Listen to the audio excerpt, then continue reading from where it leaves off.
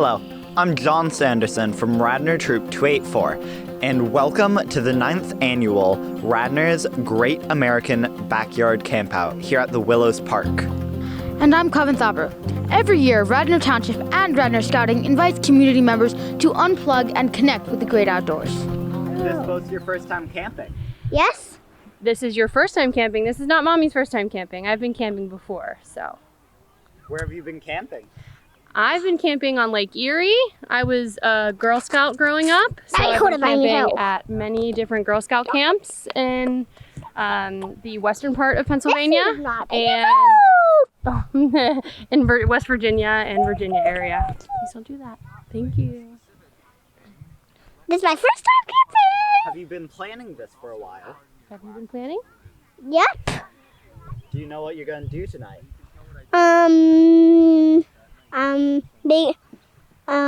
I'm gonna fish. You're going to fish? You think you're gonna fish? Yeah. What else are you gonna do? What were you most excited to eat? Snores. Some more. And I'm gonna walk. And I'm gonna use my lantern. He has a lantern. Yeah, it's on my chair back there, on my dark one. He's very excited about the lantern. Do you have a skit for the campfire? Yes, I think I do. What are you gonna do for your skit, for your campfire skit? Have snores? No, what that means? Are you gonna sing or dance or do any funny acts? Nah. Nah, not gonna do anything like that. No, you're a little bit shy sometimes with that. It's shocking since you're being so silly right now. Shy. But I'm gonna be fun.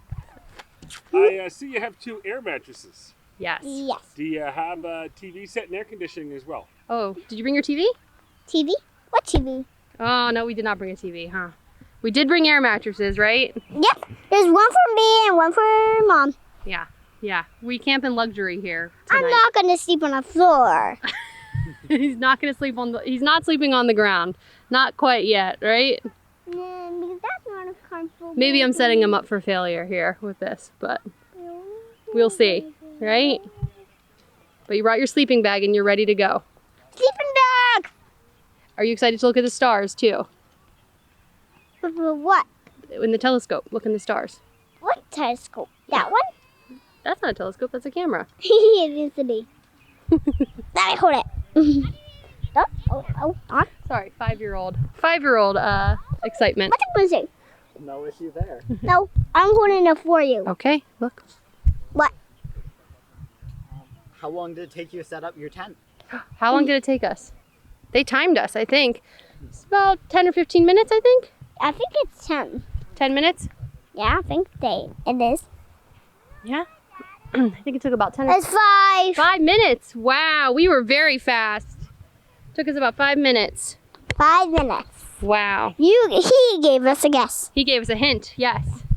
Took about 5 minutes, and you were a very good helper. Yep.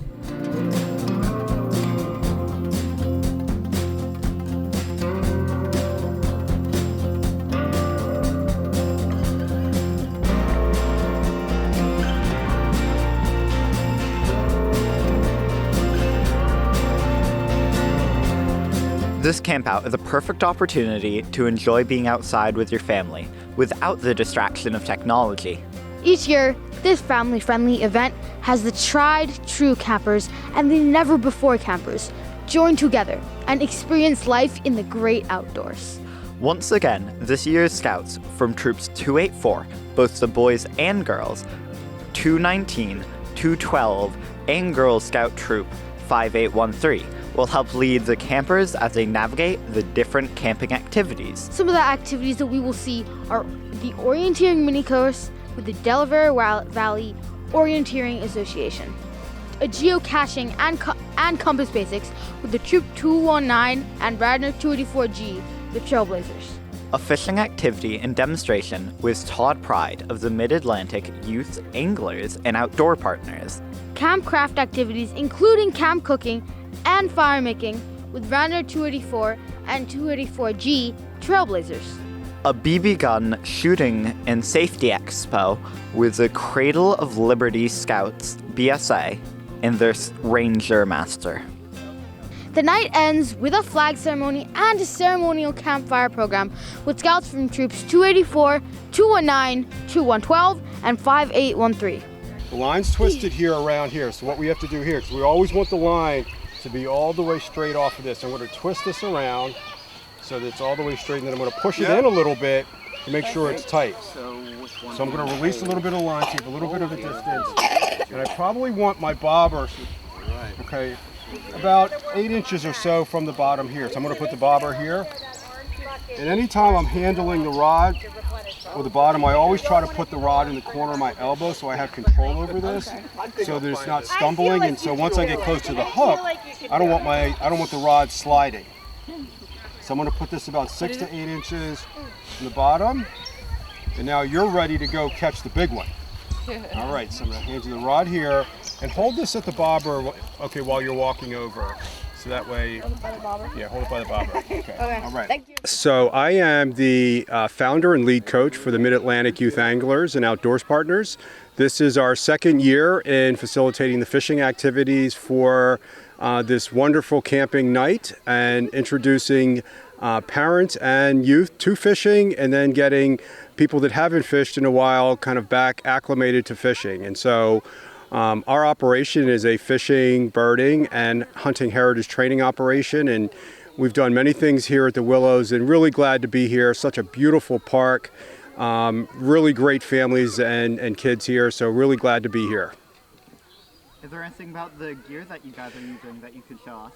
Yeah, so we're using what we call the closed face spinning rods.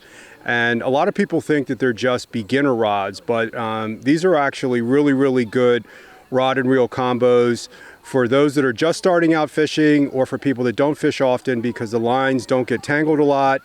We're using bobbers and live worms, but we also have artificial worms for those that are either uncomfortable using live worms, or as people cycle through using live worms, we also introduce artificial, because I tell people to always think like a fish, okay? We always don't want to eat the same thing all the time.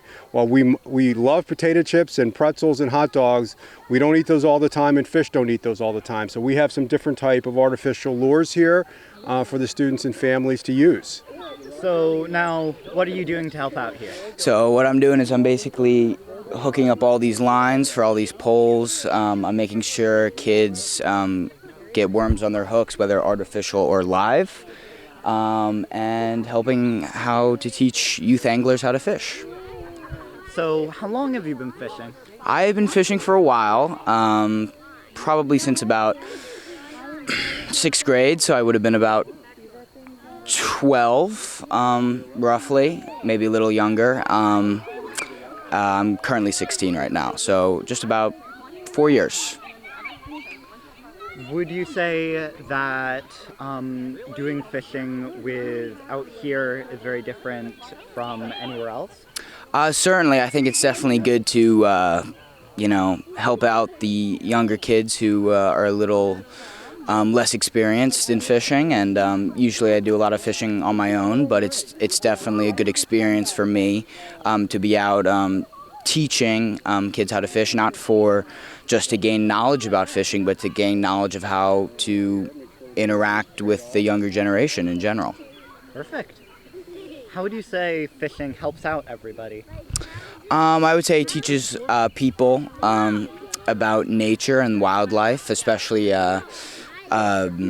freshwater marine wildlife. I think it's definitely a therapy in some sorts of ways. You know, whenever I'm angry or a little disgruntled, I go fishing, and it seems to calm me down a lot. So even if I'm not catching anything, just the act of doing it is very peaceful for me.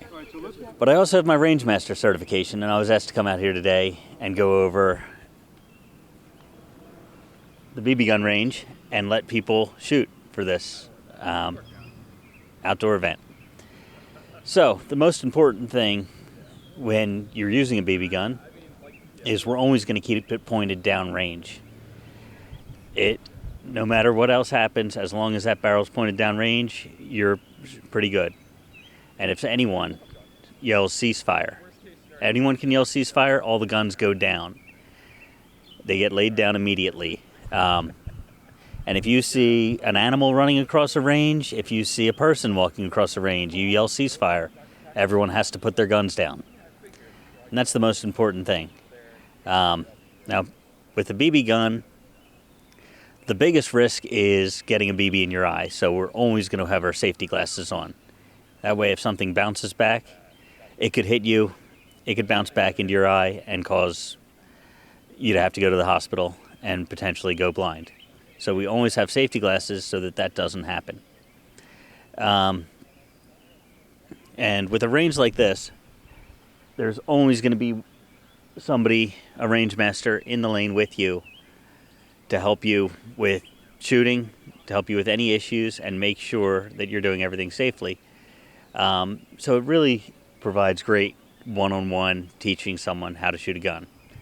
And I can catch what I'm sure I've missed because I'm terrible on camera. It gives me an opportunity to catch anything that I missed that a Cub Scout is doing and help coach them and correct them. Now, did you get a bullseye?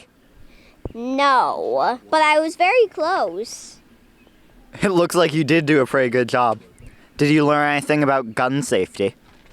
I learned that I always never point it at people.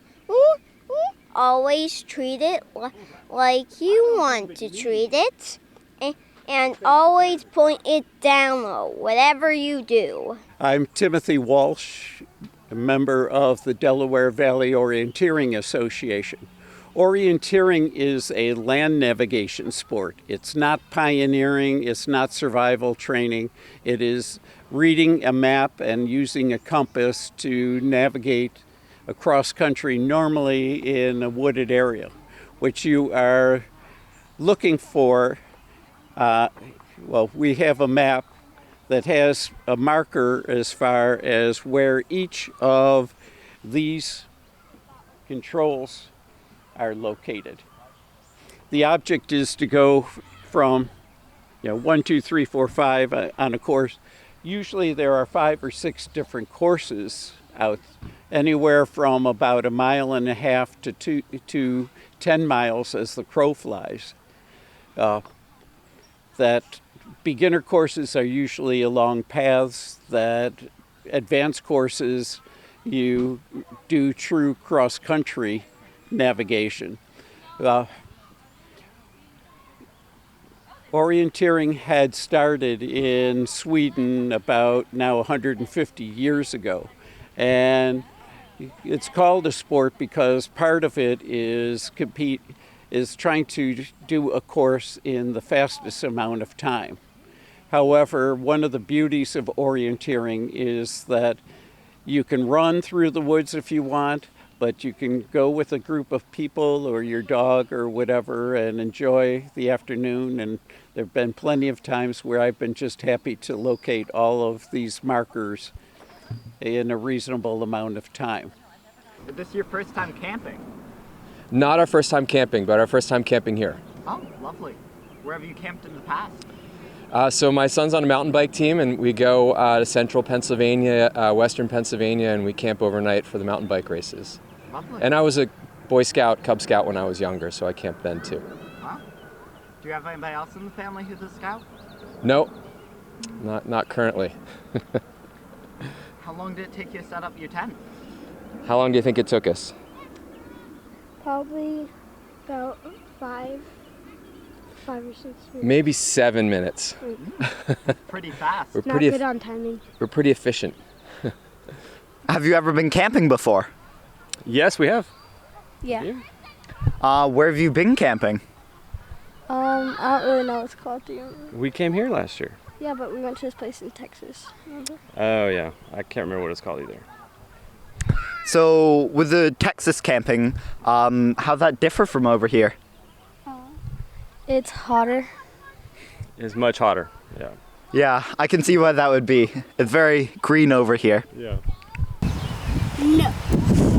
Where have you guys been camping before?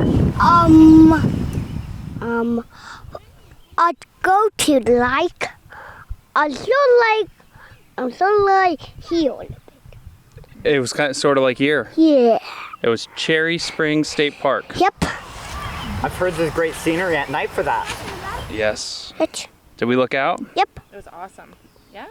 And then we went to Mishaw State Park, right? Yep. Can you say Mishaw? Mishaw? Mishaw State Park out in Chambersburg? Yep. That was pretty cool. Yeah. And then we've camped in the backyard. Yep. Are you excited for any events tonight? Yeah.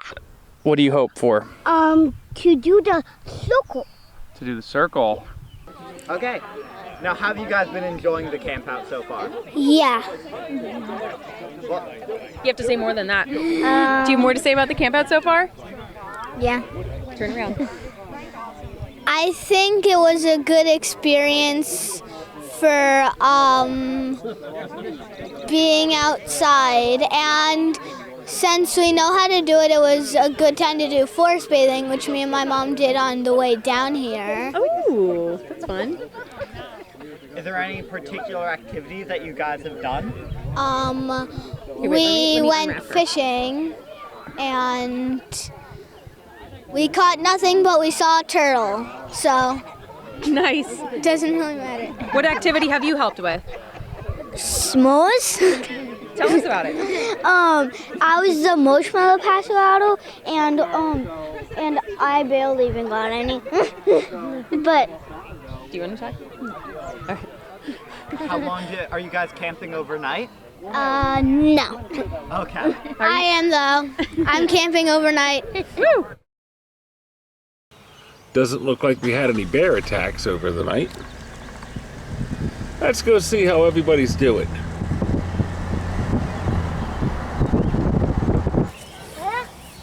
You gotta get out, the bear's coming. Gotta run from the bear.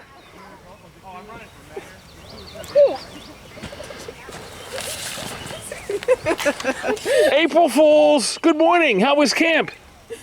Good. Huh? I can see you're not a morning camper. You're a bear. You're a bear. I think he said I'm bad.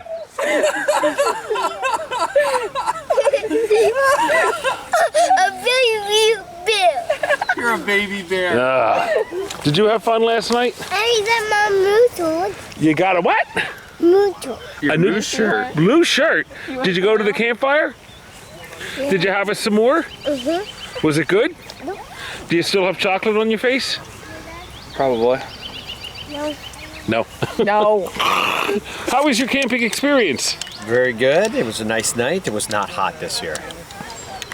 And I can see your kids are helping you clean up the tent? He is.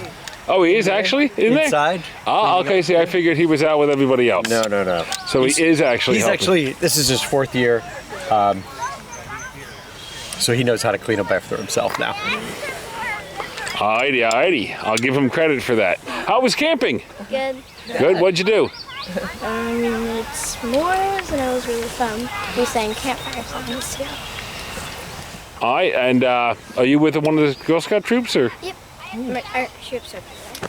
Oh, your troops over there. I should probably go talk to them. What did you people do last night at the at the campfire? We went to go camping, and we stayed up late. We played a couple card games.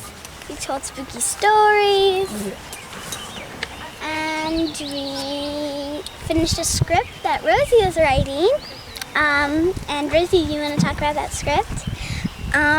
So I'm making a play. It's called Whose Story Is This? So I'm inviting all of the Girl Scouts and some other people to come be in the play.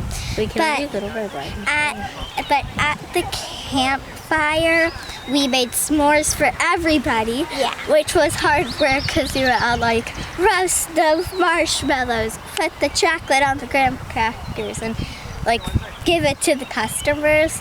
And then we also got to sing campfire songs and tell jokes, so that was really fun. We were at the campfire and we were roasting marshmallows, which I burnt like half of mine. But it was good because I didn't have to blow on them. I could just wave them around in the air and catch everything on fire. And then make a marshmallow. And then when we got back to camp, we told spooky stories, even though Dylan's wasn't that spooky, it's just weird. Yeah. And then we also played some horror games. How was camping? Good. Good? Yeah. What did you do last night that was fun? Make s'mores. Make s'mores? Yeah, I mean eat them. And eat them? Yeah. How many did you eat? 2. 2? Yeah. Did you go to the campfire? Yes. Was it fun? Yes. Did you sing a song? No. Not much of a singer. Not much of a singer. No. All right. So how did it go last night? It was a success. It was our first time out. We had a lot of fun. I had a 9 and 5-year-old that loved it. We'll be back. This is Rosalie signing off. This is Haley signing off. This is Ashley signing off.